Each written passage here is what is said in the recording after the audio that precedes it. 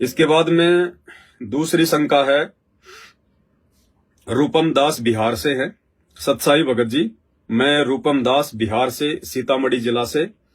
भगत जी, हम एक e rickshaw चालक हैं और ई रिक्शा हमारा ही है।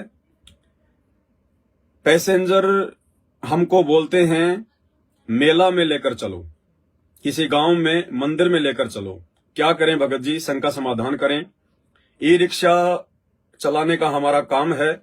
महीने में 8,033 रुपए की किस्त भरना पड़ता है, 21 महीने। सतसाई भगत जी, कृपया शंका समाधान करें। देखिए भगत जी, मर्यादाओं को लेकर किसी प्रकार की कोई छूट सतगुरु रामपाल जी भगवान के इस सत भक्ति मार्ग में नहीं है।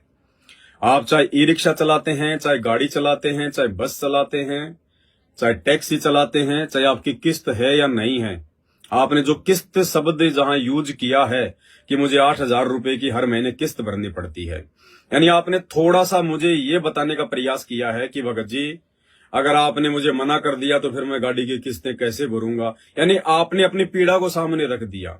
ऐसा नहीं करना भगत जी। मर्यादाओं के लिए हमने संघर्ष करना है।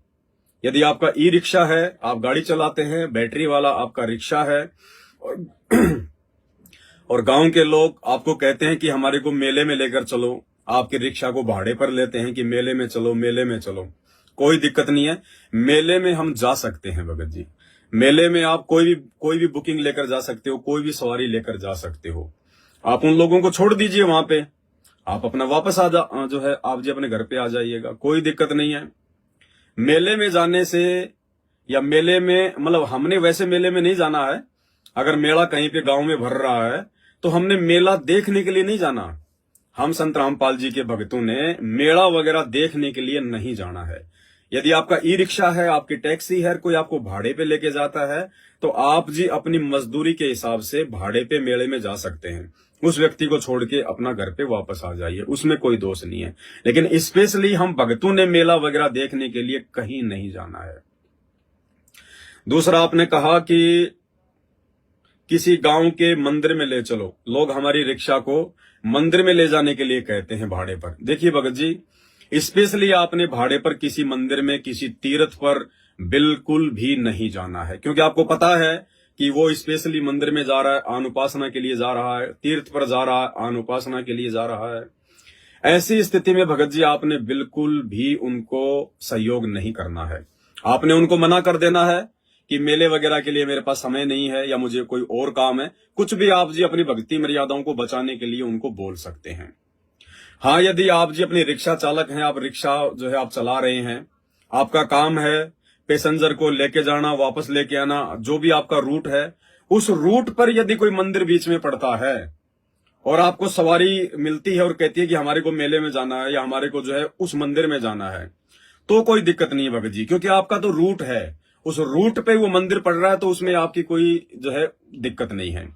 आप सवारी को उस मंदिर पे छोड़िए, वापस आएंगे आप उसी रूट से, उस मंदिर पे जो कि वो स्टैंड है, वहां से कोई सवारी अगर बैठती है तो सवारी को बिठाइएगा, सवारी को उसके घर छोड़िएगा, कोई दिक्कत नहीं है। स्पेशली अगर कोई मेले के लिए आपको अगर कोई बुकिंग करके लेके जाना चाहता है तो हमने नहीं जाना है। बाकी आपके टैक्सी के, आपकी गाड़ी के, आपके ई रिक्शा के रूट में अगर कोई मंदिर पड़ता है, कोई मस्जिद पड़ती है, कोई धार्मिक कोई जगह पड़ती है, कोई तीर्थ स्थान पड़ता है, और आपका तो काम है रोजाना पैसेंजर को लाना और लेके जाना, अब चाहे वो मंदिर में जाए चाहे भाड़ में जाए, उससे हमें कोई दिक्कत नहीं है। स्पेशली कोई कहे कि भाई साहब भारत माता मंदिर में चलना है, गणेश जी के मंदिर में चलना है, क्या लोगे, तो आपने उनको मना कर देना कि भाई टाइम नहीं है, कोई और रिक्शा देख लो। तो हमने इस प्रकार से भगत जी बचना है। और किस्त भगत जी देखो, परमात्मा पे विश्वास करना पड़ेगा। मर्यादा तोड़ के आप किस्त भी भर दोगे तो भी क्या फायदा। भले मर्यादा तोड़ के आप जी अपनी किस्त भी भर लोगे, लेकिन परमात्मा तो नाराज हो गया। अरे वो किस्त भरना जरूरी है या परमात्मा को जो है खुश रखना ज्यादा जरूरी है। और ये किस्तें भी परमात्मा के आशीर्वाद से भरी जाएंगी भगत जी। अगर मर्यादा में रहोगे, थोड़ा सा विश्वास करोगे, भगवान पे दृढ़ रहोगे, अपने आत्म कल्याण के प्रति थोड़ा चिंतित रहोगे, तो किस्तें निकलवाना परमात्मा का काम है। कौन सी बड़ी बात है, आप उसके भगत हो, उसकी शरण में हो। ये सृष्टि का सर्वशक्तिमान अल्लाह है, परमात्मा है, खुदा है, ये कुछ भी कर सकता है। सतगुरु जो चाहे सो कर ही भरम पड़ो मत कोई, से उधड़ पर शीश चढ़ाया पाछे करी रसोई। तो आपने भगत जी थोड़ा विश्वास रखना है अपने गुरुदेव भगवान पर। अगर विश्वास रखोगे, मर्यादा में रहोगे, ये परमात्मा खुद आपका कस्टमर बन के आ जाएगा, खुद ये सवारी बन के आ जाएगा। ये आपको इतना भाड़ा दे देगा कि भाई साहब वहां चलना है, मैं आपको इतना भाड़ा दूंगा। आपका 2 दिन में आपकी महीने भर की जो किस्त है वो निकाल देगा परमात्मा। लेकिन विश्वास करना पड़ेगा। अगर किसी महीने आपका धंधा अगर डाउन भी चल रहा है तो भी आपने मन में शंका पैदा नहीं करना, संकोच पैदा नहीं करना। परमात्मा अपने भगत की थोड़ा सा उसको अभाव में रख के जो है उसकी परीक्षा भी लेता है। एक तो है कि नाम ले लिया, अब आपको सुख ही सुख होते रहेंगे, तो भी भगत विचलित हो जाता है, क्योंकि ज्ञान के बिना भगत विचलित हो जाता है।